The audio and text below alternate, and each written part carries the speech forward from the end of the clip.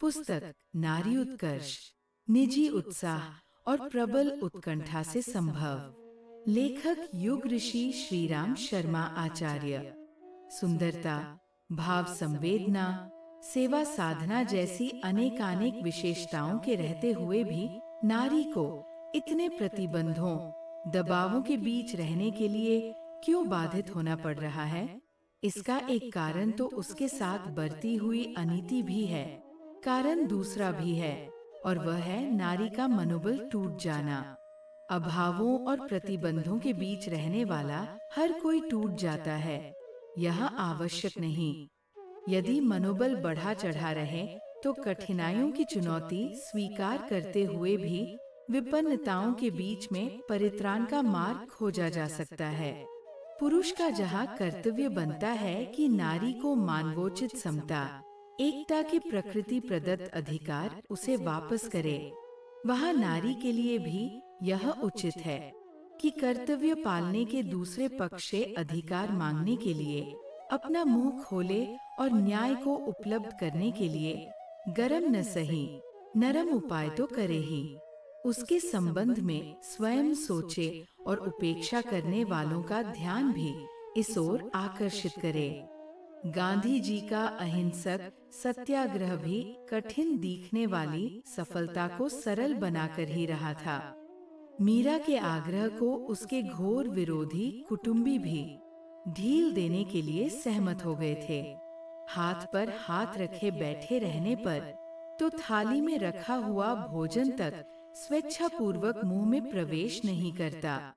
प्रयास के बिना उपलब्धियों से भरे वातावरण में भी अभावग्रस्तता के कुचक्र में ही पिसना पड़ता है। चींटियों और मधुमक्खियों की इच्छा शक्ति उन्हें बहुत कुछ कर दिखाने का श्रेय प्रदान करा देती है। फिर नारी का भाग्य और भविष्य ही सदा सर्वदा के लिए धूमिल बना और कुहासे से ढका क्यों रहेगा? ऐसा मनोबल भी यदि जगाया जा सके तो जागरण के साथ जुड़े हुए अनेक सत्परिणाम दौड़ते हुए चुंबकीय आकर्षणों में खिंचते चले आते हैं। गंभीरता पूर्वक विचारने पर प्रतीत होता है कि नारी के पक्ष को दुर्भाग्य स्तर की विपन्नताओं से घिरे रहने का एक बड़ा कारण है उसके मनोबल का टूट जाना। नारी का पिछड़ापन यदि सचमुच हटना या हटाना ही है तो उसके लिए कहीं न कहीं से प्रबल उत्कंठा उभरनी चाहिए।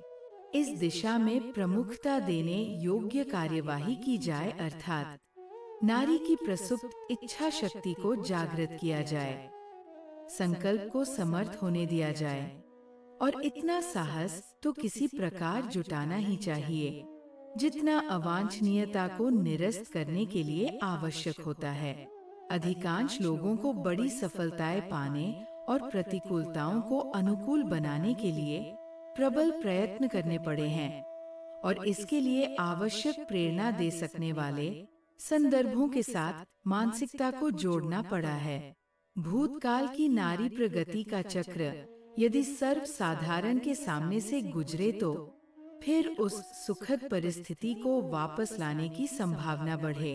इन दिनों भी संसार के प्राय आधे भाग में नारी उत्कर्ष के लिए उत्साह भरे घटनाक्रम घटित हो रहे हैं।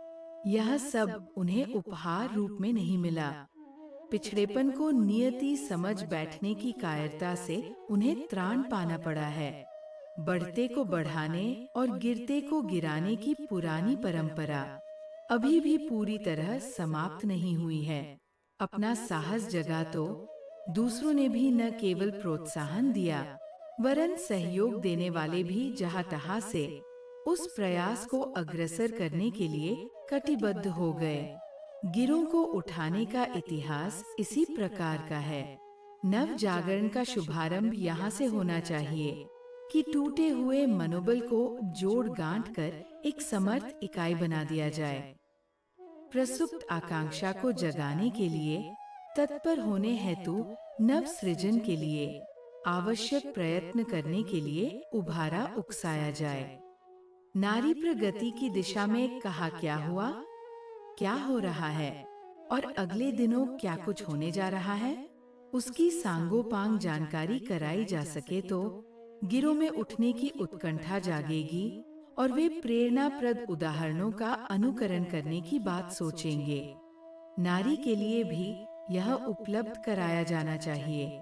उनका निजी उत्साह यदि उभर सके या उभारा जा सके, तो अपने निर्णय के अनुरूप वातावरण भी बनेगा और सहयोग भी मिलेगा। पिछले दुर्दिन में कठिनाई एक ही रही है कि हर किसी ने समर्थों के हर कृत्य को उचित ठहराने की नीति को अपना लिया दिखता है। शोषितों को उनका भाग्य ही वैसा होने की बात कहकर शांत रहने के लिए सहमत किया है।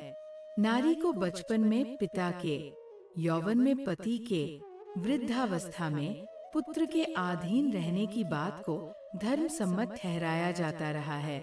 इसमें संशोधन, परिवर्तन करने की सोच को परंपरा के प्रतिकूल, ईश्वर इच्छा के विपरीत और व्यक्तिगत उच्छृंखलता कहकर उसे हर दिशा से दबाया जाता रहा है।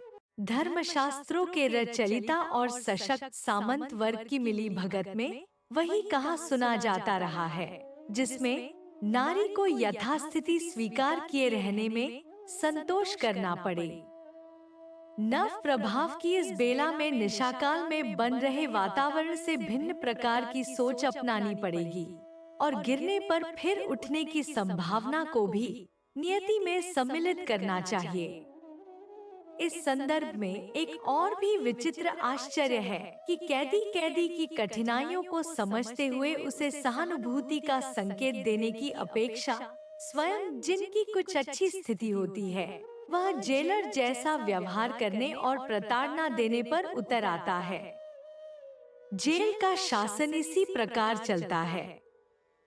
नरक में भी ऐसी ही व्यवस्था बनाई जाती है कि वहां पहुंचे अपराधी अपने साथियों को त्रास देने में अधिक उत्साह दिखाते हैं।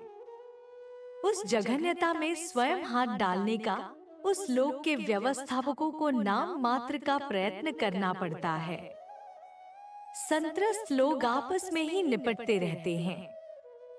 यह उदाहरण नारी वर्ग में भी बहुलता के साथ चरितार्थ होते देखा जाता है। कन्या के जन्म पर पिता की तुलना में माता को अधिक दुखी होते देखा गया है।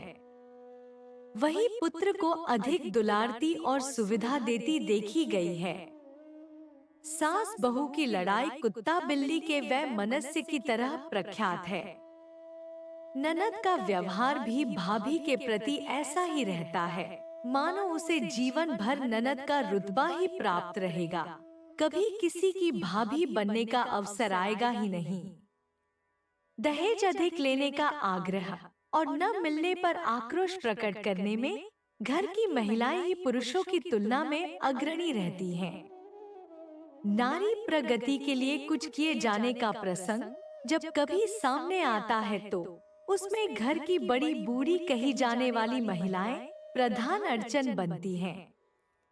इस मनोवृत्ति को क्या कहा जाए कि जिनकी लड़कियां काली कुरूप हैं, वे तो किसी सुंदर लड़के को हाथ सौंपना चाहती हैं, किंतु अपने काले कुरूप लड़के के लिए सुंदर बहू तलाश करती हैं। नाक नक्शे में तनिक भी कमी रहने पर वे ही ना पसंद करने में अग्रणी रहती हैं, जिनकी अपनी बच्चियां पराये घरों की तुलना में भी अधिक हल्की पड़ती हैं। बेटी और बहू के साथ होने वाले बर्ताव में जमीन आसमान जैसा अंतर रहने का निमित्त कारण उस घर के पुरुष नहीं बनते, जितना कि महिला जमीन आसमान सिर पर उठाए रहती है।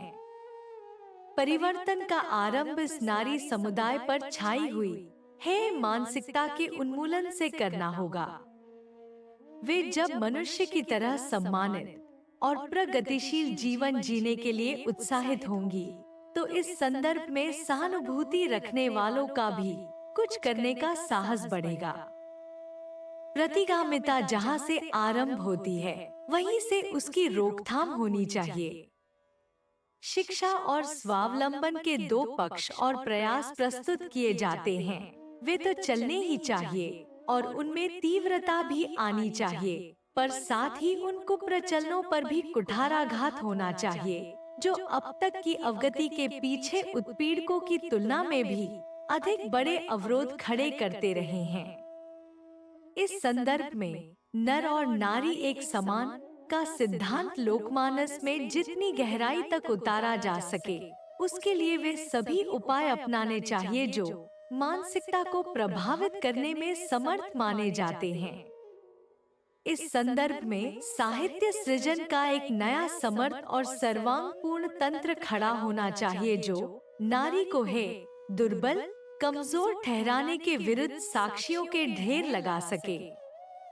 नारी प्रगति के लिए कहाँ क्या उपाय अपनाए गए और वे किस आधार पर कितने सफल हुए, इस प्रकार की प्रेरणाप्रद जानकारी का इन दिनों अभाव ही देखा जाता है। इसकी पूर्ति होनी चाहिए। प्रचार का दूसरा साधन दृश्य माध्यम भी है। नाटक, अभिनय, फिल्म, स्लाइड प्रोजेक्टर, चित्र प्रदर्शनी जैसे माध्यम पढ़ो की ही तरह बिना पढ़ो को भी अपनी बात समझाने में भली प्रकार सफल होते हैं। राजनीति, अर्थशास्त्र, समाजशास्त्र आदि के सभी पक्ष इन दिनों अपने अपने ढंग से नारी उत्थान की आवश्यकता अनुभव कर रहे हैं, पर उन मान्यताओं को जन जीवन और जनमानस पर इस सीमा तक प्रवेश कराया जाना चाहिए कि वे एक सशक्त प्रचंड आंदोलन बनकर उभरे। आशा है आपको यह पुस्तिका अच्छी लगी होगी।